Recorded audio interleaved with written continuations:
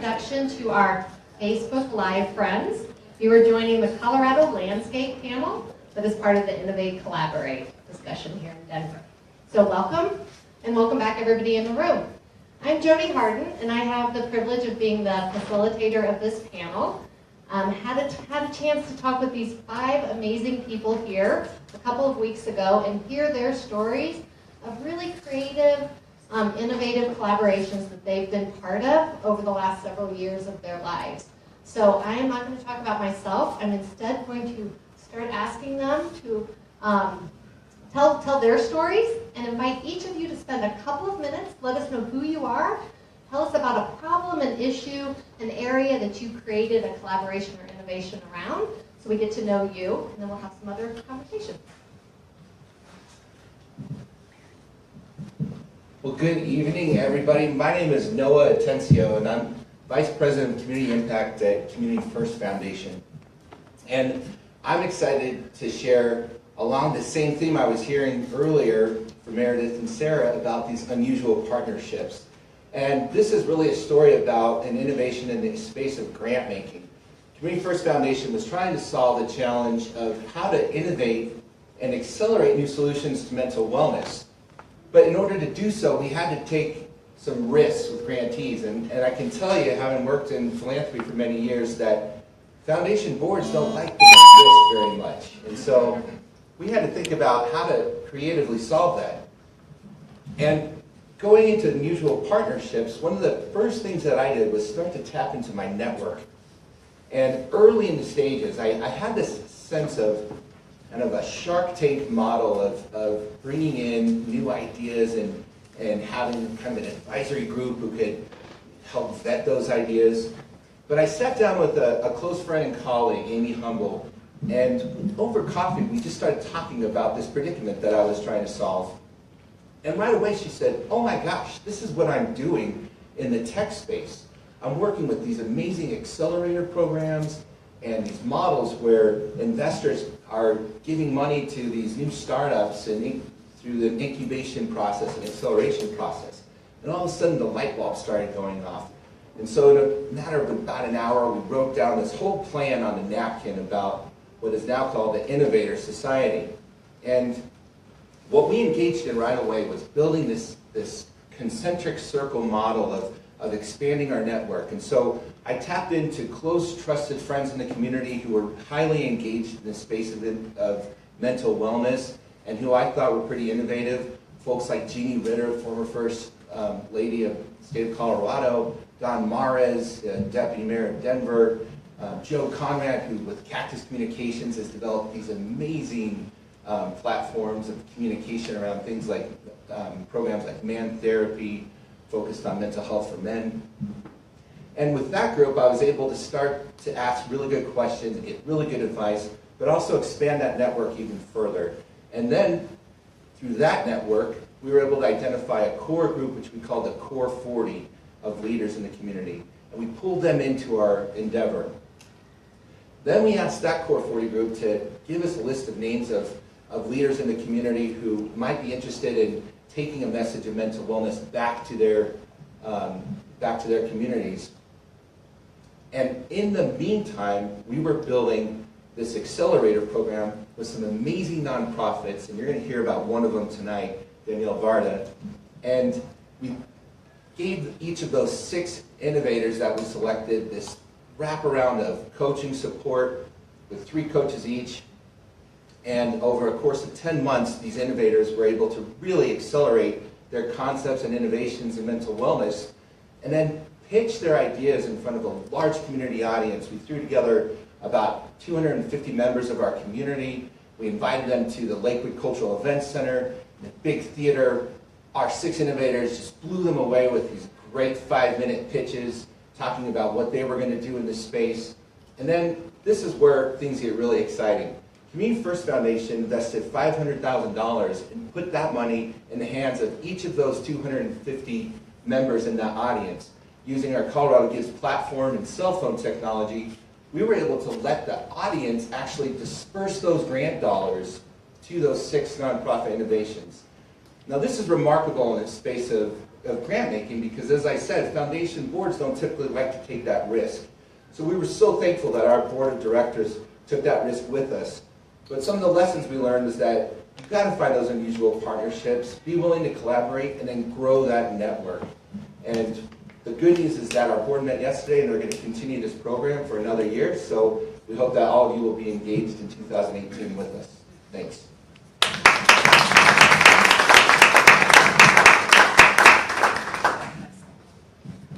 Hi, everyone. I'm Sharon Morris, and I work at the State Library. And about 6.5 years ago, I received a phone call from Jamie Van Loen, who works at the governor's office. And he said, Sharon, I've got an idea. And I don't know whether any of you know Jamie Van Loen, but when Jamie has an idea, you listen, because he's very creative and innovative. So the problem that we're trying to solve is early literacy. How do we get, some kids are showing up to kindergarten ready, some kids are showing up not ready. How do we get all kids showing up ready for kindergarten? And, the libraries in the state work on this. A lot of different agencies work on early literacy. How many of you work on early literacy in the room? Yeah, right? So we had the opportunity, actually it was Megan Wilson's idea from Reach Out and Read, to take the Denver program where all the kids are given the same book, all the preschoolers are given the same book, and scale it statewide.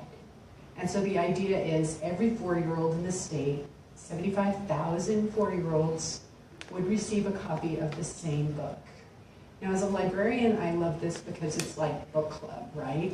And like in my head, I was imagining these kids sitting around like chatting about their same book. But in reality, I recognize that when we roll out literacy initiatives and we roll them out statewide, we want them to be whimsical and fun so that children or people of any age enjoy reading as a joy and something they want to do more of. And it's really not about the reading or the book, is it? It's about the ideas and the stories within them and how you share them. So we jumped on board. We got the libraries on board by basically pitching it to them, saying, we want you to give books to every 4-year-old in your community, but it's not just about giving away the book. It's about developing a relationship with people in your community in new and exciting ways. So that tied in their vision for what they want to do in their local level. Then we thought about what other partners could help us scale this. And we thought of 3 initially, and each year we've added more. So one is the Talking Book Library that creates Braille and audio books. They recorded an audio version and Braille version and sent it to the 4-year-olds that they serve. The migrant education works with migrant families around the state. We distributed books to them and they sent them out to have local parties and with the migrant families. And then we worked with the Department of Corrections libraries. They have a program called Read to the Children, where offenders who are on good behavior read to children, read an audio or a video aloud and get it recorded, and they send it home to the children and their families to have that kind of literacy connection with them. And so they recorded the book for the 4-year-olds, and then those 4-year-olds would go to the library, get the book, and have a relationship with the librarian as well. So the first year, we basically had 3 months to pull this together, and everybody was like all hands on deck, and Reach Out and Read, like had the connection with the publisher, got the book. Denver Preschool Program had the marketing. We have the capacity to roll out like a website really quickly and do all of the like online stuff. And then we basically figured out how to parse out the books to every community to figure out all the 4-year-olds because we have the data center that helped us with the census. So each of us kind of pulled in our own things that we could do to make this happen. And of course, Jamie Van Loen is the fundraiser extraordinaire who got the money for us. So popular first year, here are some things that, that parents told us, caregivers. About 2/3 of them said that the children spend more time reading, that they spend more time reading with their child. My 4-year-old hugged the book and said, I get to keep this is awesome. My family got 2 books, one in English and one in Spanish. We speak Spanish at home, so my children love to identify the same words and hear the story in 2 languages. So just really sweet stories. But my favorite story happened about 6 months ago. I received an email from a librarian who was working with a bunch of first graders. And she pulled out a book and said, I'm going to read you this book. And it was Maybe a Bear Ate It. And one of them said, oh, my time is up. I can't finish the story. One of them said, oh, I have that book at home. And then somebody else said, I have that book at home too, and I loved it. It's my favorite book. And then somebody said, it's my favorite book too, and let me tell you my favorite part. And they all started telling their story and had this social connection around this book. They all received 3 years before. Pretty cool.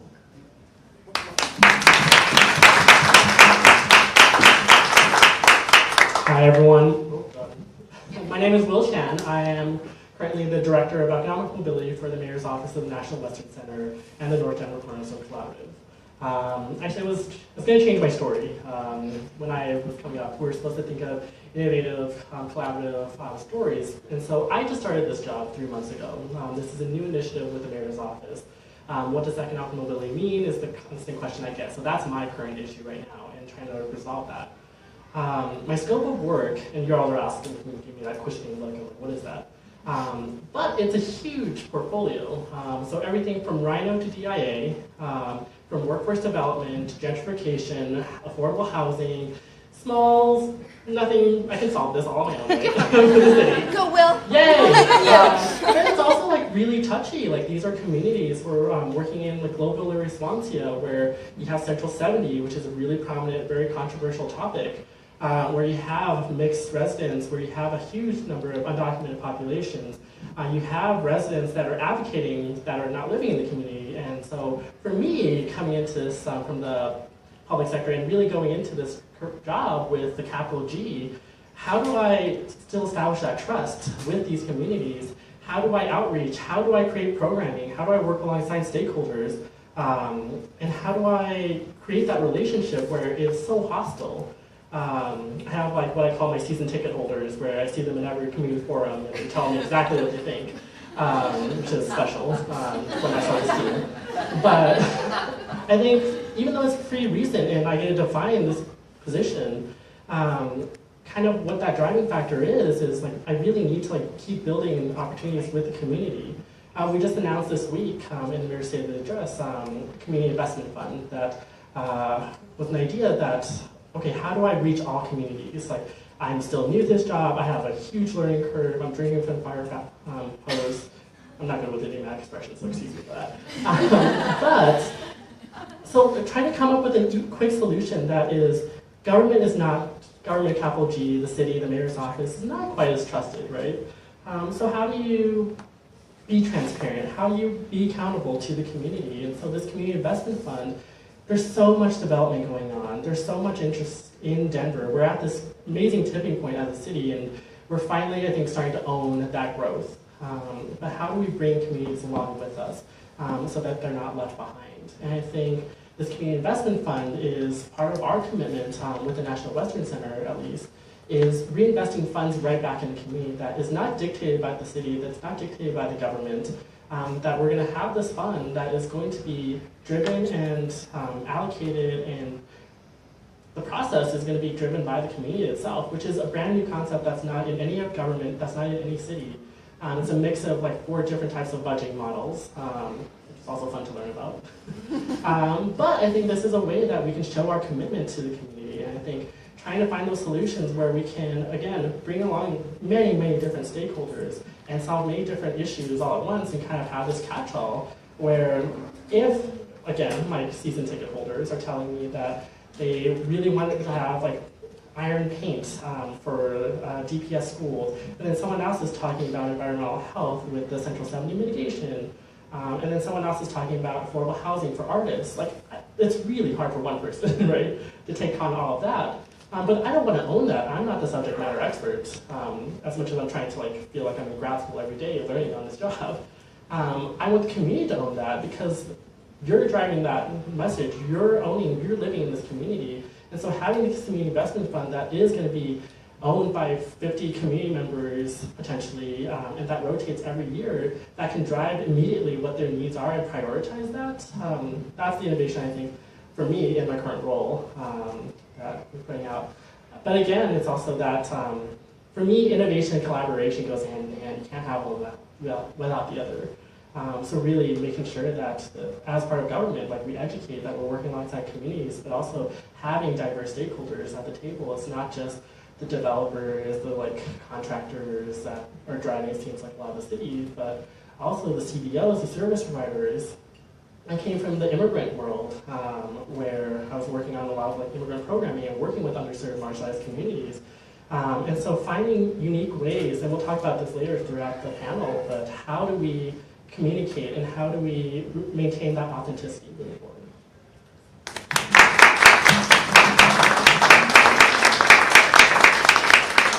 Hi, I'm Danielle Varda. I'm from the University of Colorado, Denver, and I want to say thank you to our organizers for having us here tonight, and Noah for what he did at the Innovator Society by bringing that together is a lot of the reason why I'm here, so it's great to hear you talk about it.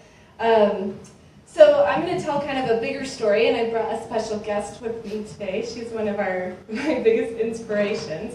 So she'll have a moment here. But I started my career working in AmeriCorps and in the nonprofit sector, and then turned around at one point and became a researcher. And in that work, I started working in public health and always felt since the beginning that the communities that we worked in were really the experts. So I was able to bring these skills and be able to ask some kinds of questions. And it was through that work that we started to realize that lots of community organizations were being asked to engage in collaborations and build partnerships, but that they just didn't really have ways to measure that. They didn't really have ways to develop skills around that. And that's when, about 15 years ago, I went from being just a researcher to building our first technology. What we did is we worked together as a research team with communities to build a tool called Partner.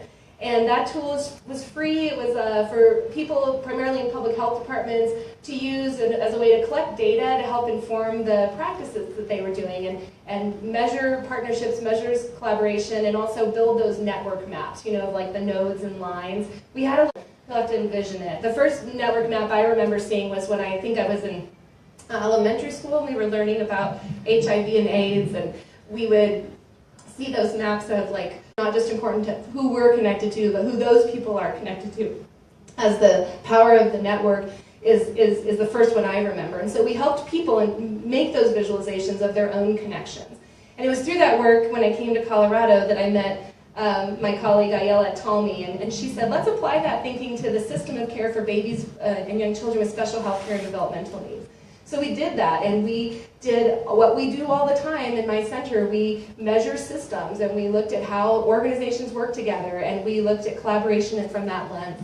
And because we believe the community are the experts, we went back to the community and said, how can you use this information to better do your work? And it was through that work that, of course, we came to the parents of these kids with special health care needs. And when we started to show them our data and our maps, and they said, this is okay, but this doesn't reflect my life at all. You're showing connections, you're showing how people interact and how there's collaboration. And from my perspective, it's really complicated and very hard to navigate. And I remember a mother one day kind of going through our exercise of trying to help us understand what the ideal system for families with kids with special health care needs was. And she just finally said, you know what, I do not care how that system works at all. All I care about is that when I need to access a resource in that system, I have an easy way to do it. And we just had this huge aha moment in that experience where we realized, gosh, we could just measure systems forever without really ever understanding how the people inside those systems access them. So it was at that point in time that we decided to develop our second technology. We said, what if providers who were working with people in these systems had a way to make what we're all embedded in, which are these networks, which are invisible to ourselves or invisible to our providers? What if there was a way to make them visible so that a provider could understand when a person had a strong social support network, when they had a weak social support network, and when there were gaps in it, so that and then take the next step and connect them to resources when they found those gaps. So it was at that point that actually kind of ran into Noah and created a new tool, and Olivia's gonna describe what that is. It's called the Person-Centered Network App, and she's actually been a big inspiration and help in developing it, so she's gonna describe what it is. So, the PCN app is a tool to help providers like doctors, firefighters, and even my teacher, Miss Casey, who is here today, help people like me talk about the things they might need help with. It helps to see who we are connected to and who is not connected to so many people. It also helps to connect people to the things we need to help them. I have helped my mom build this tool by testing it and even using it myself. It helps me with my sensitivity issues by helping me figure out who I am connected to so that I can ask for help. It's like a game. I can show you it.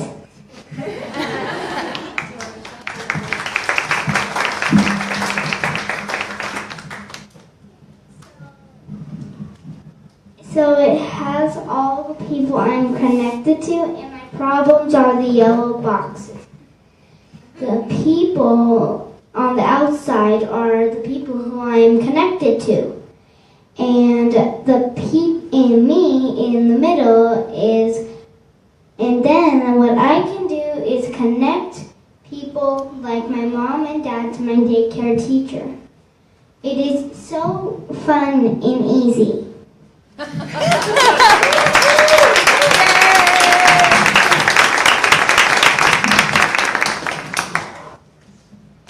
Thank you. Thank you so much for sharing your stories. And I'm struck by every story started with a question or an idea. And it reminds me of the children's book, What Do You Do With an Idea? How many people have seen that book? It's this lovely story about a child who has an idea, not really sure what to do with that idea, and allows it the time, the space to grow, to expand, and it flourishes. And this idea becomes this amazing thing. So I'd love for you to each take a little bit of time and think about and share with us, how did you take your question or your idea and move it into implementation? What were those strategies or approaches that helped you move from idea to a flourishing thing?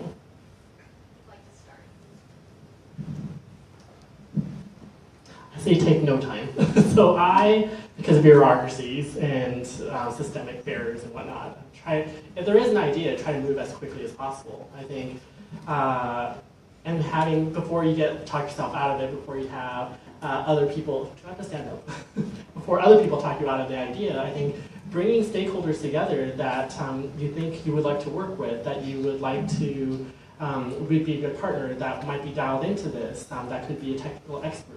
And so bringing those people together all in one room and just really mind mapping as quickly as possible, and then move forward and prototype without risk of, we talked about without risk of failure, without risk of risk, and just move forward with it, and kind of throw something at the wall and see if it sticks. Yeah, I think ideas need to be social. So I can have an idea and I'm really taken with it, and then I just start asking and telling other people about it. I kind of have a core group of sort of people that think differently than me, and I'll take the idea to them and hear their perspective on it, because it expands my thinking about the idea, and they might come up with something better, or they might take it in a direction that I wouldn't have thought of. They might take it in a direction I don't really want it to go, and then I have to sort of step back and think, how do I formulate the description of this idea in the way that gets at the vision, the broader, tenacious difference we're going to make with it. I'm not really compelled by little ideas. I'm compelled by really big, exciting ideas. And as we start thinking about those ideas and talking about them and getting excited about them, we start thinking about other people that might be excited about it. And then that kind of generates this this list of people that we might be able to engage with and think about like, well, how are we going to roll it out? And then we start getting into implementation. But I heard one time from one of my friends, budget should never drive strategy. And so or vision. And so I always start with vision and just talking with a lot of people about it. I'm just going to stand because I can't see you back there.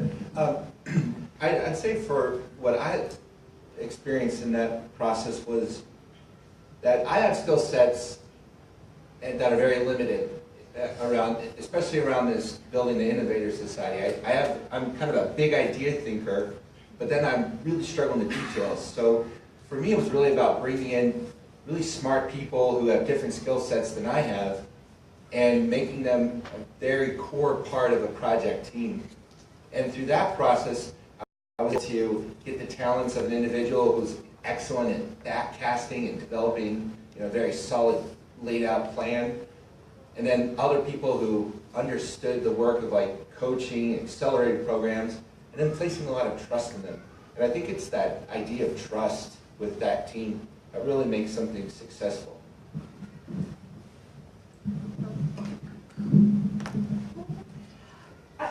I've noticed whenever we're doing work, like I'm actually a researcher at heart, and I could just do my research and finish it up and put it on the shelf, but I think from asking those questions, we've had people tell us what they need, and I think that if we believe that people know what they need, then that's where my ideas have always come from, is trusting that people know what they need. And I think that we tend to sometimes think that the experts might know what people need, and I think that could be a real detriment to ideas and letting ideas flourish. And so when I've been working with folks and they would say, wouldn't it be great if I could do this? And in my mind, sometimes I think, well, then why don't we just do that?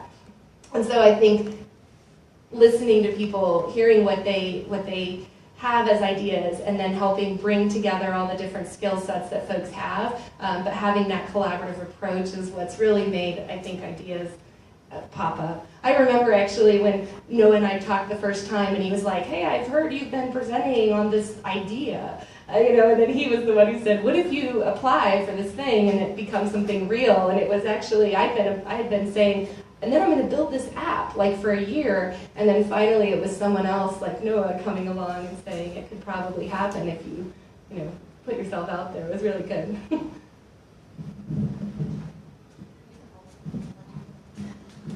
So it sounds like part of innovation is also about taking a risk, jumping into the unknown, and embracing that what happens that's expected as well as what's not expected is all part of the process. So invite you to kind of think about what didn't go as expected, and what did you learn along the way? How did that help you continue your work? I'll start. What's jumping out at me that didn't seem to work was because certain people in our organization really did want to see a full-fledged plan, and I didn't really have one in the very early onsets of the development. I had some stumbling blocks with my own leadership team and board that I had to work through, and the lesson learned there is that I think I was shying away from certain conversations because I didn't have it all figured out yet. And so it was a real personal growth opportunity for me, but also the lesson that I'm going to take from it into future endeavors is that it's okay to bring people along when you don't have the plan fully fledged, as long as they understand that and can buy into that. And I think with that, once I got to that point with our leadership and our board, they were right on with us, and they just said, make sure that you develop some really strong metrics that you can track. And with that, they had a lot of trust because they knew that we were doing something that was really smart along the way. I'll go next. I'll stand up. I think it's all about communication, to be frank. A lot of times with collaboration, you can be in a room and sort of decide things and then go away and everybody's heard something different. And that's when things kind of start to maybe go down the road that you don't want them to go. With this One Book for Colorado thing, we really were just running to get this thing rolled out in very short order. But then what we did was reflection after the project was over. and we sort of said, what worked well, what would we change, and how would we span this out if we had a whole year to do it, which we do now, instead of 4 months, like what are the best case timeframes for doing it? And we set up a project plan and we identified which agency was responsible for which piece of it, and we wrote it all down. And so I think that writing things down, writing the plan down so that everybody's really clear on it, and understanding everybody's roles and responsibilities, I mean, that sounds kind of like nuts and bolts stuff, but at some point, I think ideas without implementation don't lead to success, and that implementation is really reliant on very thoughtful, reflective, and generous communication with each other. When you think about a lot of challenges, it's usually all comes back down to like funding, policies are in place from the top down, time. So embracing that, knowing that those are your limitations. Like, what can you do who can you bring to the table that the unexpected partnerships, right? Like, I think when I'm looking for collaboration, it's always the person that's like, oh, this person's annoying me, I should, like, I'll just bring them to the table. And then I have people that I know I don't want to work with. And Denver's a small town. I think this is the advantage that we have as a network here, is almost everyone knows each other. It's like less than 6 degrees of separation here. So knowing the talent pipeline, like knowing like the personalities that you want to work with for various projects and identifying that, and not just like the institution, title, and the name. I think we're beyond that as a city. And bringing people together that you want to work with, and then finding a solution, coming up with a solution, not work together and like figure out a project, but figure out what that solution is, and working from that kind of place. I think whenever I think about failure, it's always, when you think about those constraints, it's like, okay, well, if I have external stakeholders that also buy into this, it gives me validity, it gives me more weight to my ideas when I sell it to my higher ups. It's like, well, I have all these stakeholders, and if they're unexpected, and people that they've been wanting to work with too, it makes it more credible. And so you can overcome that with the people that you bring together. So being more thoughtful on the front end of like who you want to collaborate with. You would really like to go. So I was in student council, and I looked at my past and wondered, why did I really come in this? And I noticed the last year in kindergarten, the sock hop was run by student council, and I really wanted to join. So I sent out this video to the student council kind of teacher, and it was Miss Casey. And she said I could join in first grade, which you're normally allowed to join in third grade. So then when I was in student council, I learned that leadership is more important than anything really. So then I came in some of those big events and helped with a lot of those events, which made it really fun.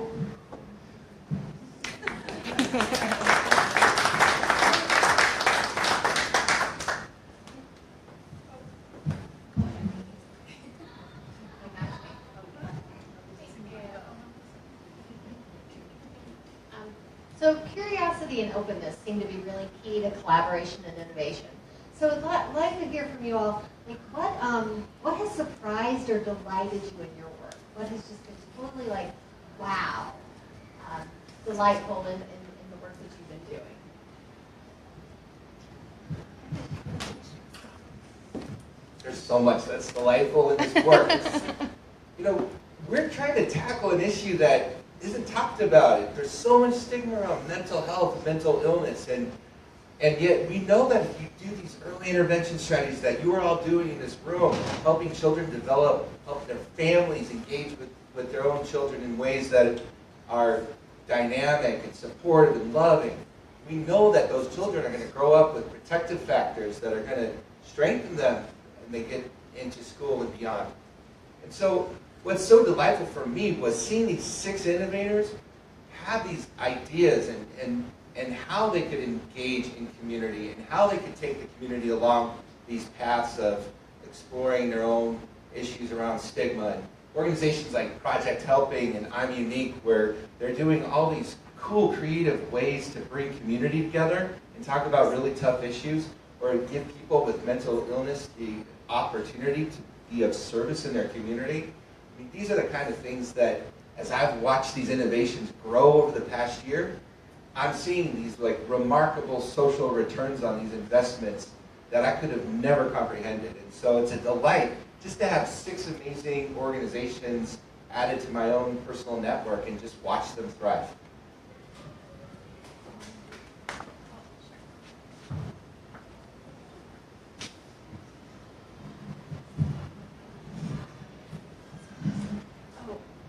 So obviously what delights me a little bit about this is Olivia and the way that we've been able to interact around this, but it's a lot more than just her.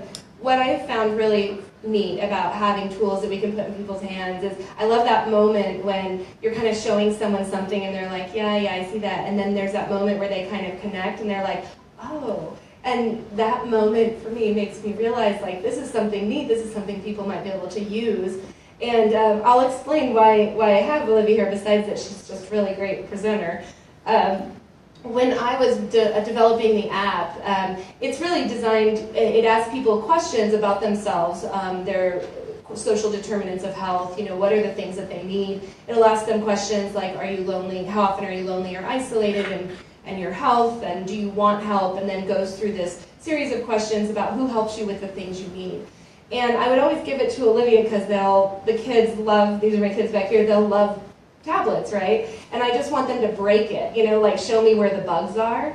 And then one day Olivia said to me, can I actually answer the questions? And I was like, I guess so. Those are kind of big questions for a little kid. And she sat there and for about 20 minutes answered the questions. And she'll answer the questions about the things that she needs and even rate if she's lonely or isolated and those kinds of things. And I realized that even as her mother, who knows her really well, as a scientist who thinks about this stuff all the time, I would learn so much from her by having her interact with it in this way. And it's actually been really amazing to me how much I learned from a child being able to interact with something in a way that I didn't really expect them to be able to do, to be able to talk about those kinds of hard issues. And so it's really opened big doors now for how we're thinking about how we'll use a tool like that and maybe bring voice to kids. It won't be all kids, because not all kids, just like not all people, will be able to interact with a tool that way, but there could be some kids where it's the only way that they'll be able to interact and talk about those kinds of hard mental health issues and things that they might not tell people without a technology to do it. So that's been pretty neat.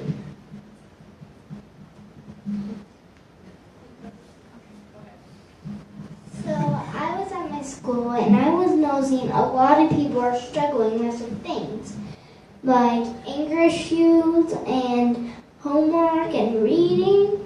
So when I heard my mom was going to build this app, I felt really happy for all those kids at my school might get to use it.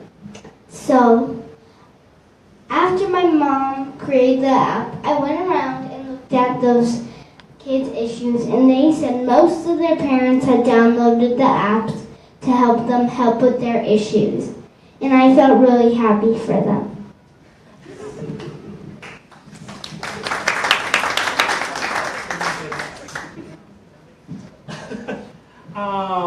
What surprises me about collaboration and innovation is how many times we say no to ourselves. I think we kind of find questions like, no, I can't do this. I shouldn't do this because this person is not going to approve it. This person's not going to fund it. This person's not going to I don't have enough time for this, right? Finding excuses for ourselves. And so, but apart from that, moving beyond that and saying, okay, let's just move ahead, right? I think it's also how complicated we make these questions. I'm not going to talk, gentrification, loaded, heavy question. But at the end of the day, when I'm interacting with a constituent, with a community member, what is that Maslow's hierarchy? If it's an immigrant that's undocumented in GES, their needs are going to be very different than someone that's a developer in that area, and they're going to see gentrification very differently. They might see gentrification as revitalization, right? And it's just how you spin it. And so for me, it's always like drilling back down to that human core. When you think about how many, you guys all know Maslow's hierarchy, right? And so at the base level, like when you're engaging with community members, when you're engaging with your stakeholders, where are they coming from? What is that reality for them? And trying to like place yourselves in those shoes. Like when you're creating ideas and you're trying to find solutions, it's like, okay, well, this is one community member really was interested in like food service and like the lack of food access in their community. So even though gentrification is this like heavy topic, like drilling it down to like a simpler concept that we can like, well, we're never going to eliminate like systemic barriers as to help work towards it, but finding quick, easy wins so you can build that momentum and build that kind of that victory for you and your team and everyone else, so you can have that momentum moving forward to like move towards like bigger goals and bigger ideas. I think that's like one of the strategies that it has to have to be hard, right? It doesn't need to take a lot of money. It doesn't need to be. I remember like in one of my old jobs, like innovation was always tied to technology. And it's like, oh, like I'm over it. Like we don't have to like have robot children in the future, right? And so yeah, like at the end of the day, it was just like, okay, well, I'm working with a concentrated community. Like, what is their driving need? What is their question that I can try to help work towards?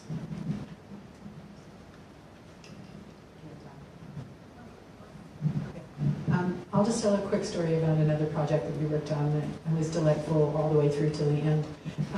So a couple of years ago, we got together with the state parks and wildlife people, and we really wanted to do something because in Colorado, everybody loves nature and everybody loves their local library. And so what we created was this backpack program where people could go to the library and check out a backpack, and in it is a park pass that they could go to any state park with their family, like a hang tag. And the backpack includes binoculars and field guides that we put in because we were really interested in the learning aspect of it, obviously.